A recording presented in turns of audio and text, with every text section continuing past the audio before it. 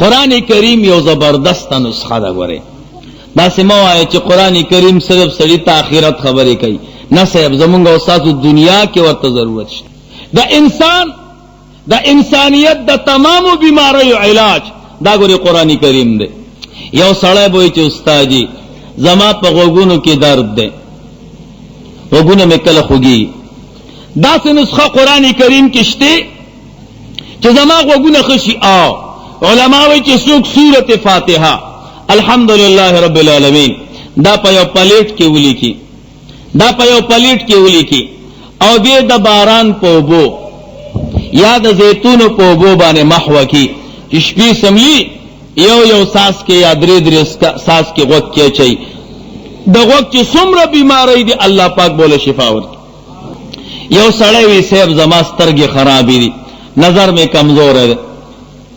داسې نسخه قرآن کریم کې شته چې زما سترګې روغې شي. قرآن کریم کې یو آیات ته فبصرک الیوم حدید.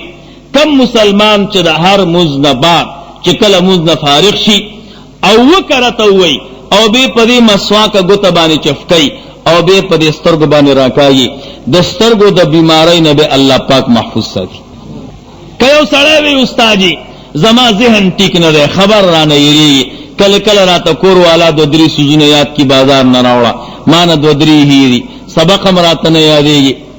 نو داسې نسخه قرآن کریم کې شته چې حافظه زما مضبوطه شي او تجربه وکړي د هر موز نه بعد چې څوکم وکړه سورت انشراح وای الم نشرح لك صدرك ووضعنا عنك وزرك الذي دا وکړه وای او وکړه وسه سورت کوثر وای او دا قضا کینا الله پاک به حافظه مضبوطه کی.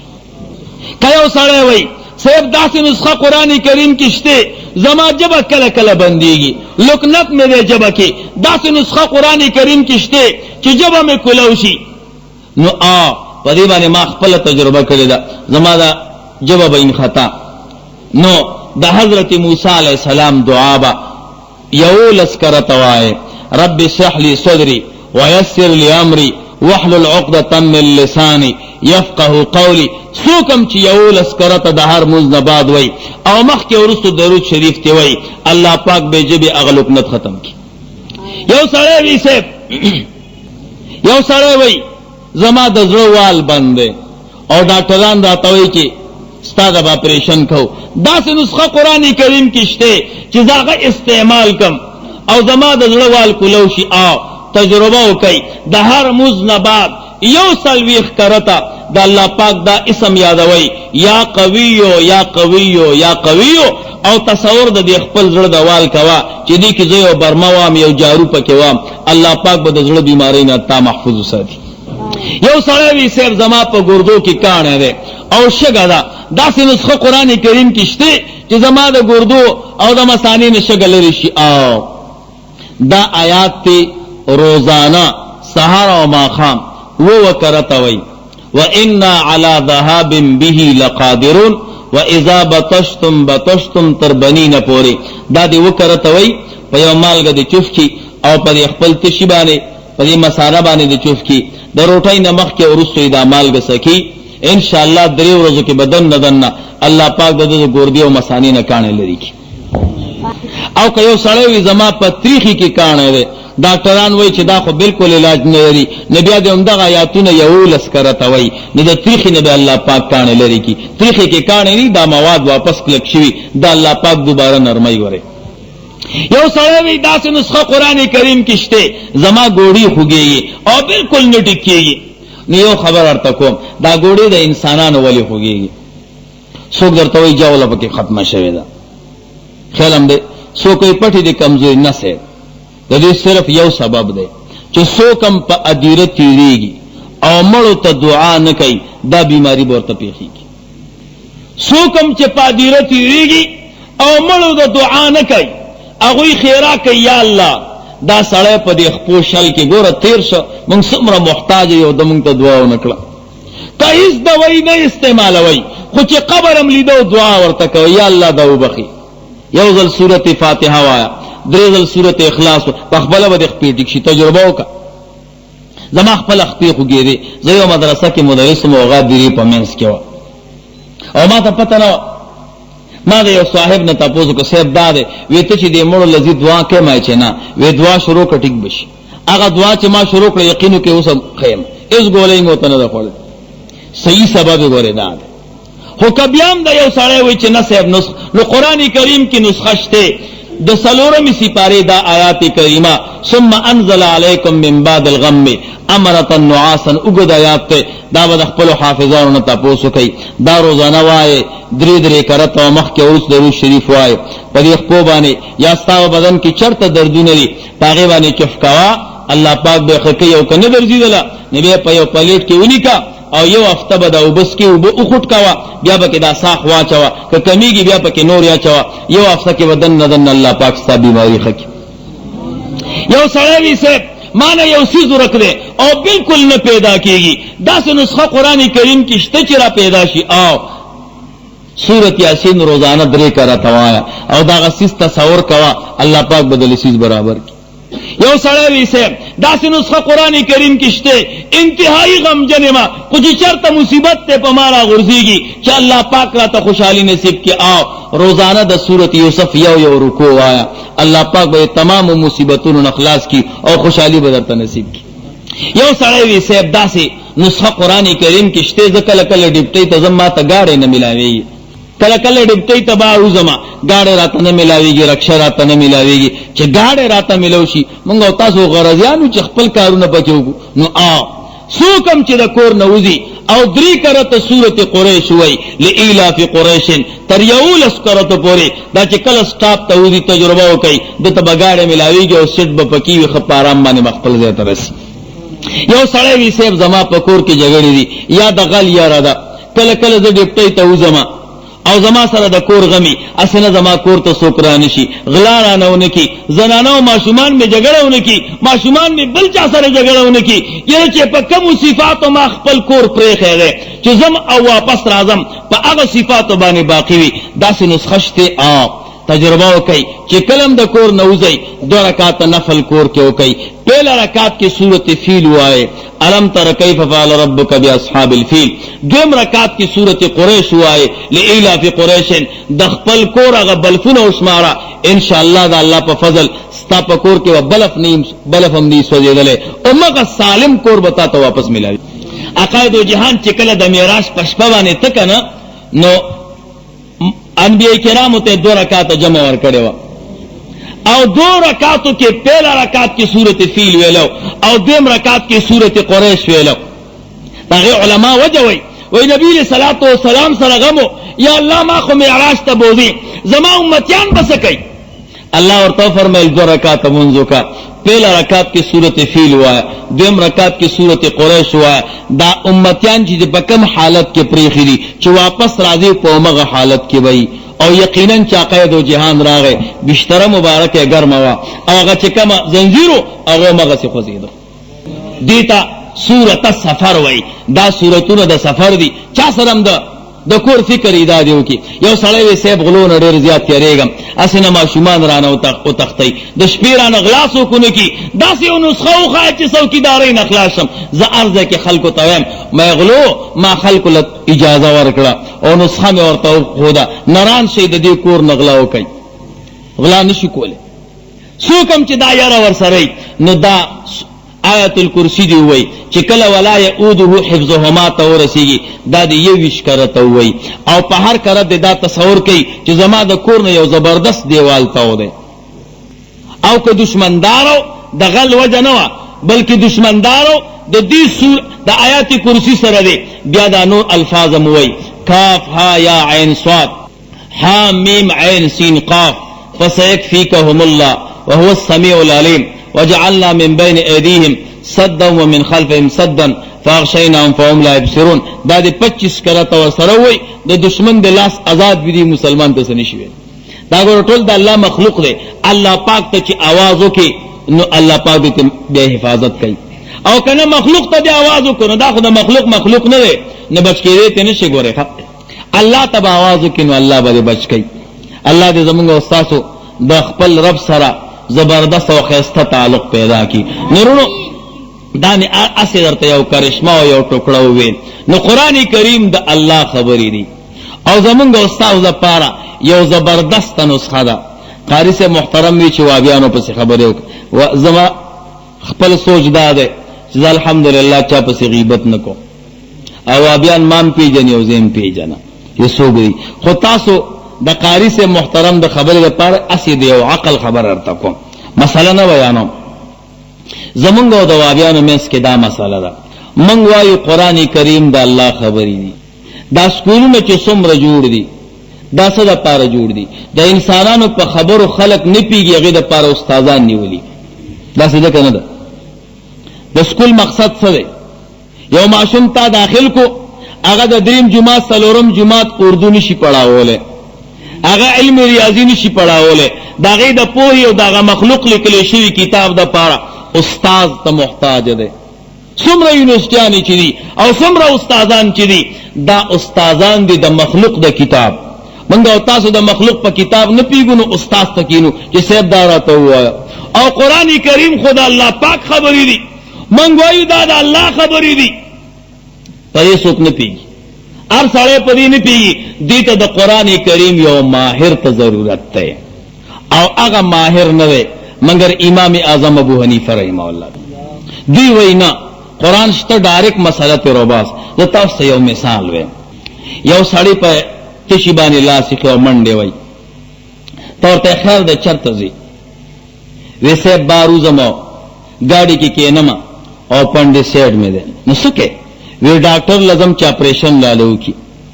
او یو بل سړی ورته زما بازار کې کتاب ملاویږي د اپریشن، کتاب بزان لواله او چړې چډیر زوري د 300 روپو چړې بوش او سبم لی اوزان لبدازې سری کی او کتاب ته وګوري، کلمه بروبا سیا بزان نکټ کې کتاب ته وګوري او بیا به دوباره وګڼي او زیبو وګڼي. ډاکټر بدن ډېرې پیسې والی پیمان وای چې دې سړي بازار کې کتاب واغستو او د ځان نه کلمې وروي سینمړ بشي کنه. تاسو دا کنه دا کتاب نه د پنډیسیډ اپریشن کیږي، بالکل نه. د یو سړي د زړه مساله پیښه ده او رحمان اسپیټال ته روان دی او تولم چرته زی رحمان اسپیټال ته ځم، الله دې پوي کولی زی 3 लाख روپۍ بدر نوالی. بازار کی کتاب ملاویږي د زړونو د اپریشن، ابزان لواله او چړې مړې بواله او سبم یې زړه بزان لرو باسي او کتاب ته وګوري او بیا چې کم وال خراب یې کې بابا برموي ټیک بشي، نو زړه به واپس دوباره فټ کې او بس ګورل لکونو روپو نه بچي. او دې سړی ستا خبر او منله دته بیا د دنیا زندگی ملو شي. دا یو سړی موبایل خراب ده او منډه وای سکه موبایل می خراب ده او ماهر ته زما او تاسو سړی قمقلی موبایل والا باندې 500 روپۍ والی بازار کی کتاب ملاویږي، هغه کتاب ته وګورو د دې پیشکش دي او کولو به کې چې کم ځای خراب یې هغه بټی کې او دې سړی موبایل ته ونه رسید لار کې د دې سړی خبره ومنله، نو موبایل به خراب شي کنه. دې سړی سیکل خراب ده، ماهر ته محتاج یو کنه یو محتاج، په هر څه کې ماهر ته محتاج یو. قرآن کریم خدا الله خبرې دي، قسم دې کدا علما نه وي مونږ او تاسو د قرآن کریم په حقیقت نه پوهیږو. ګوره دا د علما او برکات دی، یاد ساتئ. صرف مونږ دا وایو چې قرآن کریم د الله خبرې دي او په دې باندې هر سړی نه پیږي. دل یو ماهر پکار دی، دل یو مجتهد پکار دی، دل یو فقيه پکار دی. قسم دې د امام اعظم ابو حنیفه رحمه الله مسلک پر خودلو ته تیارم کدل ته مونږ ته یو فقيه ملوش. قسم دې کدا سي فقيه ماته ملوي. ګوره زه حرم شریف ته تلم، الله دې موږ او تاسو ټول بوزي. حشتا یو سړی راته وی قرآن کریم شته ما ویا وی حدیث شته ما ویا وی بیا ولې د یو سړی خبره منئ؟ ما یې سه موږ پښتانه یو عجم یو، موږ عربي نه راځي، نو د قرآن کریم د پوهې لپاره موږ ځان له یو استاد نیولې، نو غلط کارم کړي وینه دا خو مخ کار کړي نه به دا خبره ده. هغه استاد امام اعظم ابو حنیفه رحمه الله وی دا ژوندې لګو چې مړو پسې لاړ. ما وینا سه دا د استاد نیول او په قرآن کریم پویدل دا لمن نیول نه دي چې ژوند ته محتاج دی، لاس ته چا نیول نه دي چې ژوند ته محتاج دی. دا مسائل توي او مسائل د امام اعظم ابو حنیفه رحمه الله ژوندې ویسه کزه درته مسائل کوم نو بیا ما بیا خوري راخه ده مونږ به امام سے پریدو وی وایا مسله ما وی زمون په کلی کې یو ګونګا ده خبرې نشي کوله اب څنګه مونږ کوي د قران کریم آیات هم کوي او د نبی اسلام حدیث هم وي بس خاموش مې وګوره کار خراب شو پیره مسله کې ودري ګونګا بسنګ مسکای وی دا یو ګونګا د خاطر قران سن ماینس ہے قسم دے چې زرګونو مسلې به ورته وخم چې قران او سنت نه ډایرکټ سو کې نشي راځتره مسلمانانو یاد ساتي دا د ټول دنیا په دې مسله اتفاق دی چې کتاب نه مسله نه حل کیږي که کتاب نه مسله حل کېدله چا به د خپل بنگلې د پاره ګلکار نه راوسته بازار کې د کتاب اغسته خپل بنگله به جوړوله لکونو روپۍ بچا ګلکار ته نه ورکولې لکونو روپۍ بچا د بجلی والا ته نه ورکولې لکونو روپۍ بچا د رنگ والا ته نه ورکولې لکونو روپۍ بچا یو ماهر ته نه ورکولې خو کتاب نه مسله نه حل کیږي د کتاب یو ماهر پکار دی نه بیا بکار کیږي صرف خبره دومره ده او هغه ماهر زمونږ استاد زبردست امام اعظم ابو حنیفه رحمه الله اللہ پاک زمونږ استاد داغه اقتدا نصیب کې مسلمانانو ای زبردست عالم او داغه تقوا باندې زمونږ اعتماد دی داغه په علم باندې زمونږ اعتماد دی عرض مې دا قرآن کریم د الله پاک خبرې دی او تعلق د الله د ذات سره دی کم مسلمان چې قرآن سره تعلق ساتي الله سره هغه سي معامله کوي لکه څنګه چې د الله د شان سره لایق ده او قرآن کریم یو نسخه ده مونږ او تاسو چې قرآن کریم ته کم نظر کو تاخ کې پروت ته ګردونه په پراته دي نه صاحب دې ته زمونږ او تاسو ضرورت ته قرآن سره مینه او ساتي خپل بچي قرآن کریم تکینوي د قرآن ماهران او عالمانو سره مینه او ساتي الله پاک به تاسو خوشاله دا خو د مفتیانو مسلې دي کنه چې بالغ وي او بالغ سړی وي او بالغ جنۍ وي نبي دا غوي رضا پکې شرط او کما شومانی وي نبي پلار بغیر د جنۍ د رضا نه خپل لور چاته ورکول شي او کتر ورکړه یعنی کو ورکړه نو دا موقوف ده پر رضا باندې کې به د جنۍ رضا وړي رخدا نکاح سید او کني بیان ده او کپلار ورکړي و نو بیا موقوف پر رضا نه ده بس پلار چې دی هغه باندې خماهر دی پويږي نو دا وعده بیا ټیک ده خاصه دعا وک الحمدلله رب العالمین والعاقبۃ للمتقین والصلاة والسلام علی رسوله محمد وآله واصحابه اجمعین بس ته خاجی خا صحیح دی نو قران کریم د انسانیت د پاره نسخه اکثیر ده او قران کریم د الله پاک خبرې دي چا چې د الله پاک د خبرو قدر وکړه الله پاک د دې مسلمان قدر کوي وريات ساتي هارون الرشید یو بادشاہ تیر شوی دی او ډیر نیک بادشاہ خپلم د قران کریم حافظ او د بیبي زبیده اغم د قران کریم حافظ وا د دې چې څومره کور کې عمل وا دا ټول د قران کریم حافظانو الله دې مونږ او تاسو بار بار د حرمین شریفین دیدار نصیب کړي چې کله حاجان د عرفات ناراضي نخیل اس طرف ته د غرب دی لمنه کې یو نیر راغله اوسم داغه آثار شته دا زبیده راوسته دا زبیده چې کله وفات شو چا په خوب کې ولیدا ویسه معامله وشو ویزا الله پاک وبخله ویسنګا وی الله پاک ځان ته ودرولم چې ای زبیده دارا ته وایا چې حسن می در کړو د بادشاہ د تر لور می ګرځولې وې مال می در کړو زما د رضا د پاره دې سکړي زما د رضا د پاره دې سکړي وای ما وی یا الله چې کله به د حج موقع رااله ما به اعلان وکړ چې کوم فقیرانو مسکینانو حج ته ځل کېږي د حرمین شریفینو نو هغه نمونه ولیکي یا الله ستا د حرمین شریفینو محبت کولو والا زرګونه کسان ما حج ته بوتلی دي الله فرمایل قبول ندي ما یا الله چې کله رمضان المبارک راغی زمونږ د علاقې چې څومره فقیرانو هغوی ته ما مالونه ورکول او د روزي خرچه به مې ورکوله الله فرمایل قبول ندي ما وی یا الله د پخپلم د قران کریم حافظ یم زما خاوندم د قران کریم حافظ دی زمونږ چې څومره عمل او د قران کریم حافظان دي الله وی منظوري ندي زبیده کما تعالی حسن نو درکړي ما ته بادشاہ تر لور نه ګرځولې بادشاہي او مال مې نه درکړي تا زما بندگانو سره احسان څنګه کو زما د رضا لپاره او خیسه دی وکړه ما وی یا الله هلاکش زما خو دغه سرمایه وه. الله راته فرمایل یو ورځ تا روټۍ خوړه، یو ورځ تا روټۍ خوړه او جومات کې بانګ وشو، جومات کې بانګ وشو، تا خپل وینځو ته وی خاموش شئ، د الله پاک نوم یاد شو، تام نوړۍ لاس کې نیولې وه او چې څومره وینځې وي هغې هم نوړۍ لاس کې نیولې وه. چې کله بانګ ختم شه بیا مغه نوړۍ وخوړه. الله ورته وفرمیل زبیدي تا زما د نوم قدر وکړه، تا زما د نوم احترام وکړه، په دې یو څیز باندې ما معاف کړ. ورونو د الله پاک فضل غواړي چې د چا په زړه کې د الله د دین او د قرآن کریم قدر او احترام وي، داغه د بخلو د پاره الله پاک باندې غواړي. امام محمد رحمه الله چې وفات شو، چا په خوب کې ولې څه چلو شو؟ وی الله پاک ځان ته ودرولم. ما وی یا الله اس عمل مې نه وروړې. الله راته فرمایل اے امام محمد کما بخل نه نو ما تعالی علم نه درکاو چې په قرآن کریم مې پوهه کړې، د قرآن کریم ماهر مې جوړ کړې، نو بخم دې کنه. ما یې تاسو کې امام ابو یوسف رحمه الله وی هغه مانه 2 درجه اوچته، هغه چون کې قضا کړي ونه هغه درجه د امام ابو یوسف رحمه الله اوچته. ما ورته امام اعظم ابو حنیفه رحمه الله وی دا هغه تاسو مکوا، هغه دومره لوی مرتبه کې چې اوسه پورې زموږ ملاقات سره نه شوه. نو علما وی چې چا دین سره تعلق ساته، د دین سره او د قرآن کریم سره تعلق ساته، الله پاک دا مسلمان دنیا کې هم نه بدرنګي او آخرت کې هم نه بدرنګي.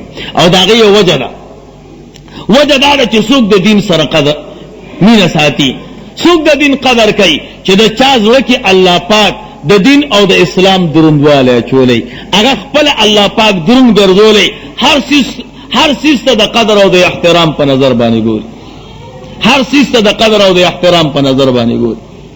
علما دا غي مثال وایي، وی ګورئ جمی کی چې کله باران وشي، پافتو افتو بارانی لیکن سیلاب نه راځي، او وړي کې چې 2 غنټې باران وشي سیلاب راځي. دا ولی وی دا یو مارغه دی، داغه نوم دی القاوند. علامه کمال صاحب وی یو مارغه دی داغه نوم دی القاوند. دا القاوند چې دی دا د مور او پلار انتهایی قدر کوي، او مور او پلار یقینا یو لوی نعمت دی. زمونږ د مسلک یو لوی عالم دی عبدالرحمن صفوری رحمه الله، خپل قصه کوي و یو ماخستن ما مور تخپی چاپی کوله، یو حدیث ساته نظر تناغه دماغ ہوتا، حضور فرمائی الجنت تحت اقدام الامهات، جنت د مور د خپو لاندې دی. ما وی یقینا د حدیث مقصد دا نه دی چې ښکارا جنت د مور د خپو لاندې دی، خو ما وی راشه نن د دې حدیث په ظاهر عمل وکا. وای ما خپل ګیره راواغستا او د مور خپې می پیچا صفا کړی. سار چې مدرسې ته لاړم، مدرس عالم یو طالب ورته وی استاد ما بیگا خوب کې ولیدې. هغه څنګه دی ولیدم؟ وی جنت کې می ولیدې. او سه جنت کې ګرځېدی او ستا په دې ګیره کې ملغلرې وي او د ډېر لرې نه ښکارې دي، د ډېر لرې نه ښکارې دي.